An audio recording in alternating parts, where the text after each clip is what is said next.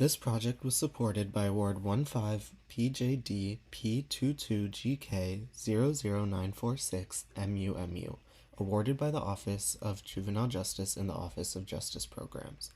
The opinions, findings, and conclusions or recommendations expressed in this videocast are those of the hosts and guests, and do not necessarily reflect those of the Department of Justice. Hi everyone, my name is Kamal Emranani. I'm a member of the National Mentoring Resource Center's Youth Advisory Council, and today I am joined by our special guest, Dr. Crystal Aschenbrener, who is an associate professor at Campbellsville University and part of the NMRC Research Board. And we are here today for our podcast, Season 5 episode about hope theory. Hi, everyone. I'm glad to be here. Thank you for inviting me to do this presentation with you, this podcast. I also want to make sure I do a shout out and thank the National Mentoring Resource Center for allowing this opportunity to happen. Perfect. Well, so happy that you can be here today with us.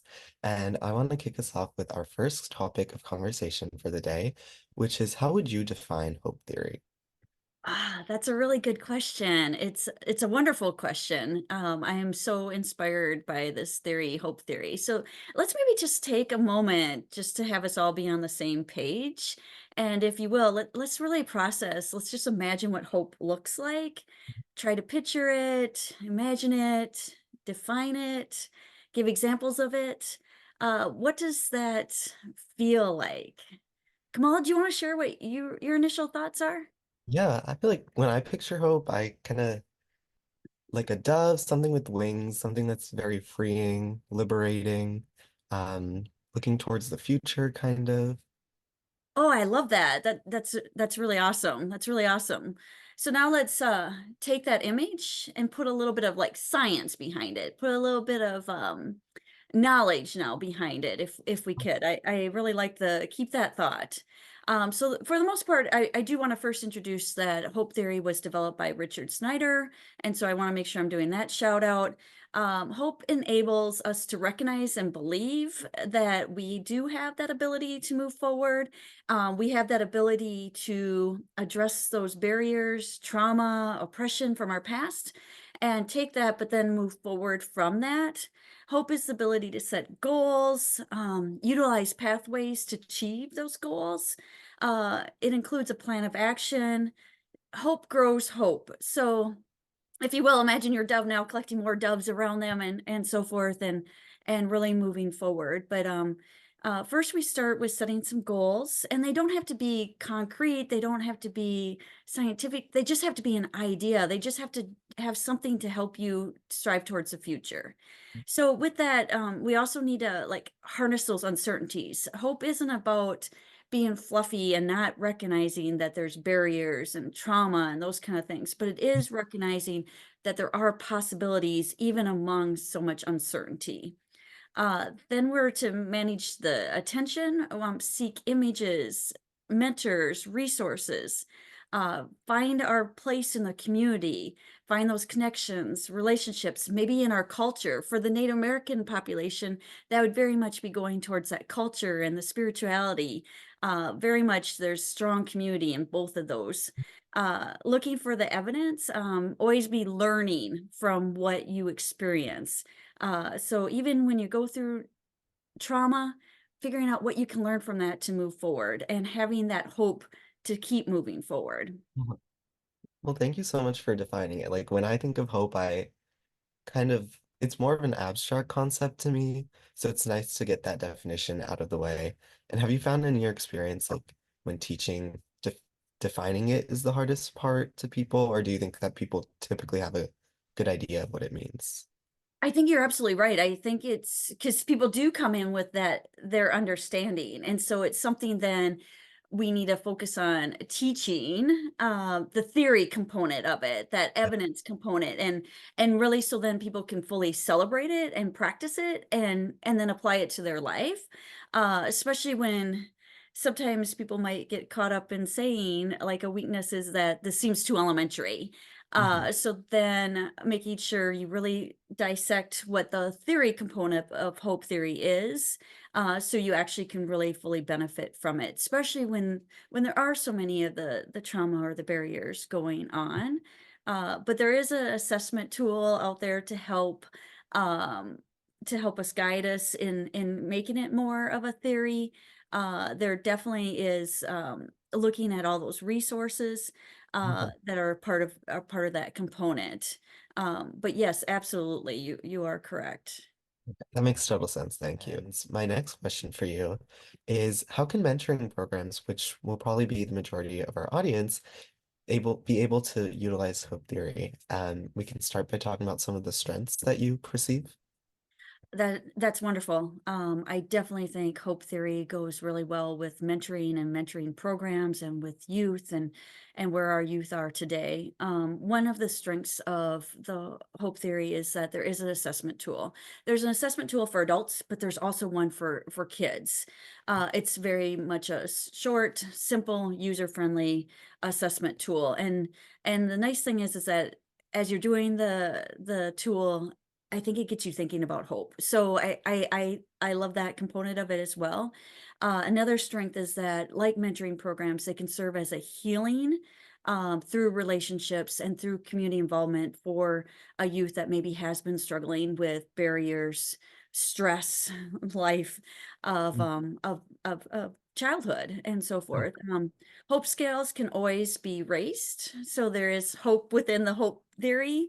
mhm. You can always grow and advance and those kind of things. You also can always take a little bit of a break when there is a stressor, but always continue even as stressors come up, as life does happen, keeping that hope theory and just revisiting where you stand on that hope scale, where you stand with in moving forward with your own abilities to understand hope. But mentoring relationships definitely can be part of that component that inspires and empower the strength of hope to continue to grow. Uh, Uh-huh. yeah, yeah, right.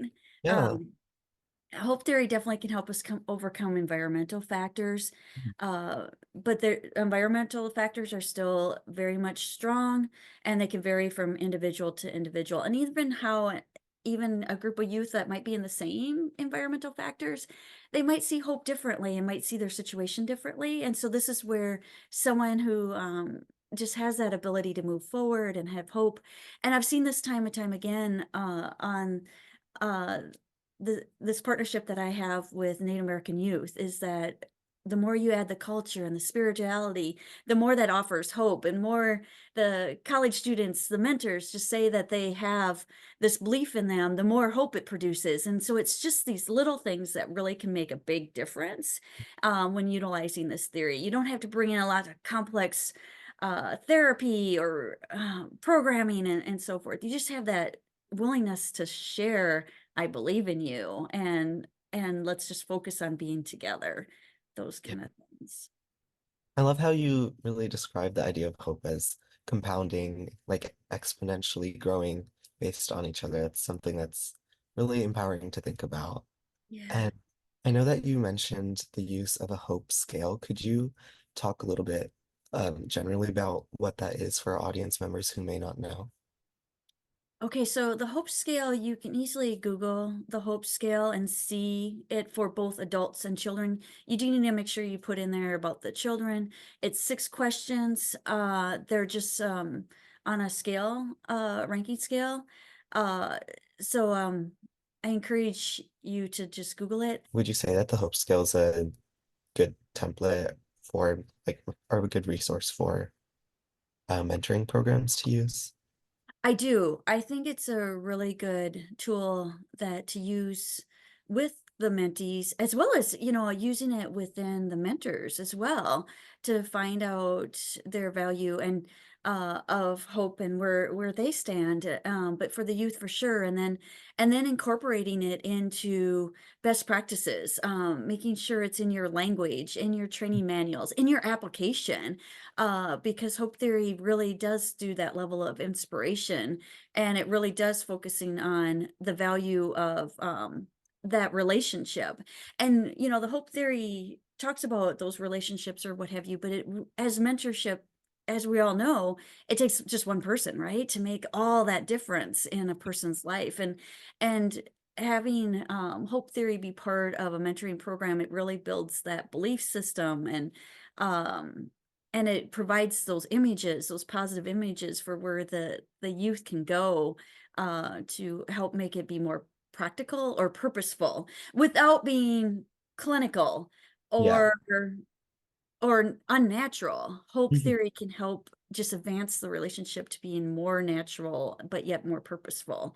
And so I think if programs incorporate more into their training, into their marketing, into their websites, and really foster this positivity related to hope theory, I think it can make a positive impact for youth, both today and in the short term and long term, and those kind of things. And you're teaching that ability, that skill that they can take with them in the rest of their lives. Oh. And do you mind talking a little bit about your own personal use of hope theory? I know that you've had some experiences working on a reservation with it. Yeah, yeah. I have this mentoring project that's called the Today and Beyond, and it's where I take college students from my courses and for my campus, and they're the mentors. And then we go to a tribal school on a reservation in South Dakota. Love this place, very inspirational. Uh, People are just coming together using hope all the time. And so then the youth are defined as the mentees. But many times it can even flip. The youth can offer the college students hope and so forth as they teach them about their culture and spirituality. But on this reservation, there's huge social barriers. There's the isolation, there's poverty, there's alcoholism, there's drug addiction, there's teen pregnancy, and there's teen suicides. And so there's lots of horrific barriers going on, but yet there's still hope. And hope is just something that everyone can have, right? It's $0. It's just something to help everybody move forward. And so you see the hope, and especially in this tribal school, they're constantly talking about the culture and the spirituality, and the Native American culture is it's really hope goes hand in hand with the spirituality, the culture, the traditions, and then just having this strong community always be focusing on the youth. It's just very magical, if you will. Back to your dove, right? Which is it has that own unique spirituality to it, if you will. So I definitely have always seen this hope, and we've always focused on this abstract, if you will, of hope, and really talking about. That's where it's really good with this natural component of role modeling, inspiration, you can do it, comes to life. And it doesn't ever diminish the fact that there's all these barriers going on, but that's not our job. We can't address those barriers, but we can definitely talk about, I believe in you. I know you can overcome these things, right? Yeah, for sure. And do you have any specific examples of like a change that you noticed in a student's or a general like um Yeah. benefit or change after applying hope theory to this population? I saw many times where the college students would be role modeling and using hope, putting hope theory into action, and had many youth say that they weren't going to go on to ninth grade. We targeted seventh and eighth grade, Okay. middle school, if you will, because high school dropout rates were very high. And Hmm. often it could happen as early as ninth grade. So we worked with middle schoolers. Our ultimate goal, if you will, was to increase high school graduation rates and really talk about going to high school and coping with high school and dealing with high school and celebrating high school, and then even going on to college. With that, then I heard conversations and saw wonderful conversations where they're talking about, what do you want to do when you grow up? What do you want to go to college for? And then if you're going to talk about going to college, then you need to go through high school to get to college. And so talking about those goals, that pathway, what does that look like? And then talking about some potential barriers. Well, I take care of my younger siblings. Okay. Okay. Right now you're in seventh and eighth grade. By the time you go to college, they're going to be old enough to, now be. Yeah. So cultivating, making those goals a little bit more reality, Uh-huh. without going too intensive on being, again, too clinical.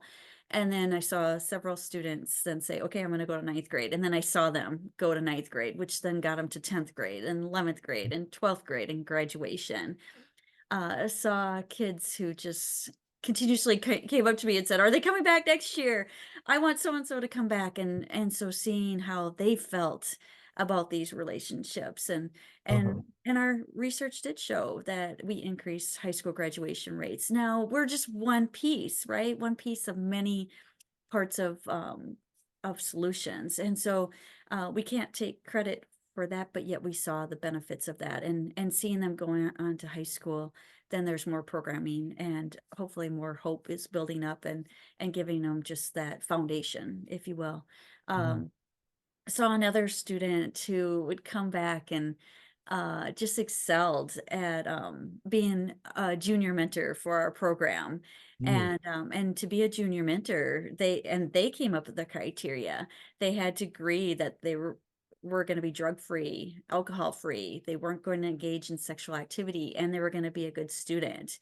And the part that they struggled most with was maintaining good grades, because that was a piece that sometimes was more of a struggle when they went home and had to deal with, not deal, I don't like that word, had to also do so many other roles in their lives. And so, but because we gave them that hope and an alternative belief of, you can do this, then it was easier to say no to drugs, and say no to alcohol, and say no to engaging in sexual activity. So definitely saw many of them really shine through this process, and successfully graduate from high school and go on to be healthy adults. That is so wonderful. Thank you so much for sharing your story. And actually, when you were describing like hope and how you were working with seventh graders and how that eventually they had dreams of going to college, that kind of reminded me of a program that I'm part of, College Mentors for Kids. And we bring in elementary age students onto the college campus. And I see all the time, they're always talking about like, oh, I can't wait to come here. Like I can like picture myself here. I want to join the ultimate frisbee team here. And would you say that that is Hope Theory in action? Ah, now you're just, now I'm just gonna start talking off the cuff, right? Yeah. Because one thing we do, we go to a college campus, and the college students are right there with them, saying, not only are they learning about the college through the tour guide, if you will, or through admissions, they're also learning about it through the college student standing, their mentor standing right beside them, saying, yeah, take this kind of class. That's an awesome class. Or, and giving them little pointers. And then, yeah, they want to be part of things. They can now imagine themselves being on this college campus, and it's amazing. And then we also take tours of businesses, and then they can imagine themselves working there. So like a hospital is one place where there you can be anywhere from a CNA to a surgeon, and everything in between. So we go and tour the hospital, and then they could start seeing, yeah, I could see myself working in here. And sometimes maybe they'll say, nope, this isn't for me. But then maybe they see, okay, I could see myself coming to this hospital in a medical crisis and not feeling as scared or overwhelmed. And so even that has all kinds of indirect bonuses to it, and strengths, and giving them that comfortability. Absolutely. Yeah, we could talk all about those things. There's so much natural Uh, components into this mentoring project, but then there's those purposeful components, but yet, and it's just amazing. You just make it all happen. And yeah, and what, but you have to have those relationships, and in order to have those relationships, you do need to be able to foster hope, and do mhm. so rather quickly in a client's, not a client, in a kid's life, in a youth's Yeah. life, right? And I do think like so many programs out there do incorporate hope, but it's just being conscious that that is what they're doing, and then potentially looking more towards the theoretical side, as you mentioned before, that Right, could move them to the next step and right, you hope more effectively. right. And I think in presenting, absolutely. And I think just making sure we're more purposeful in it. I think it's so good for kids to see that, and have it all around the youth's lives in our school system, because sometimes it's so easy to get caught up in those barriers, and all the trauma that's going on. But if we focus on the positives, absolutely, I'm totally with you on that. I think people definitely, I guess I think there is so much practice of hope, but I think there's also so much belief in it. But sometimes we need to give ourselves permission to Yeah. focus on the hope and focusing on those positive changes and not get so caught up in the barriers, even though we need to recognize them, but we need to make sure we're Hmm. talking about what we want the youth to see and believe, and because that's what helps us all move forward. Yeah. Definitely. Yeah. So And is there anything else that we haven't hit on today that you would like to mention or bring up about hope theory? yeah, I just want to reiterate what we just talked about, celebrating hope, in, focusing on what we can do to increase hope, talking about hope, as much as we can, put it in our marketing material, make it purposeful in what we're doing. And even if that doesn't mean we're able to use like the assessment tool, learn about hope theory and figuring out how to make it part of what we're doing, celebrate those small victories, and so, because that builds on more hope, and just really making sure we're always taking it to that next level and being purposeful in what we're doing. Uh, yeah, it's easy. It's easy, but we do need to be very mindful of Yeah, it. for sure. Well, I just want to say I learned so much from you today. Thank you so much, Dr. Aschenbrenner, for joining me and for imparting so much knowledge to me and our audience here. Um, and Wonderful. everybody watching, I hope you all learned something and can make use of hope theory in your own programs or in your line of work in some way. Awesome. Thank you very much. This is wonderful. I'm glad we had this opportunity. Thank you.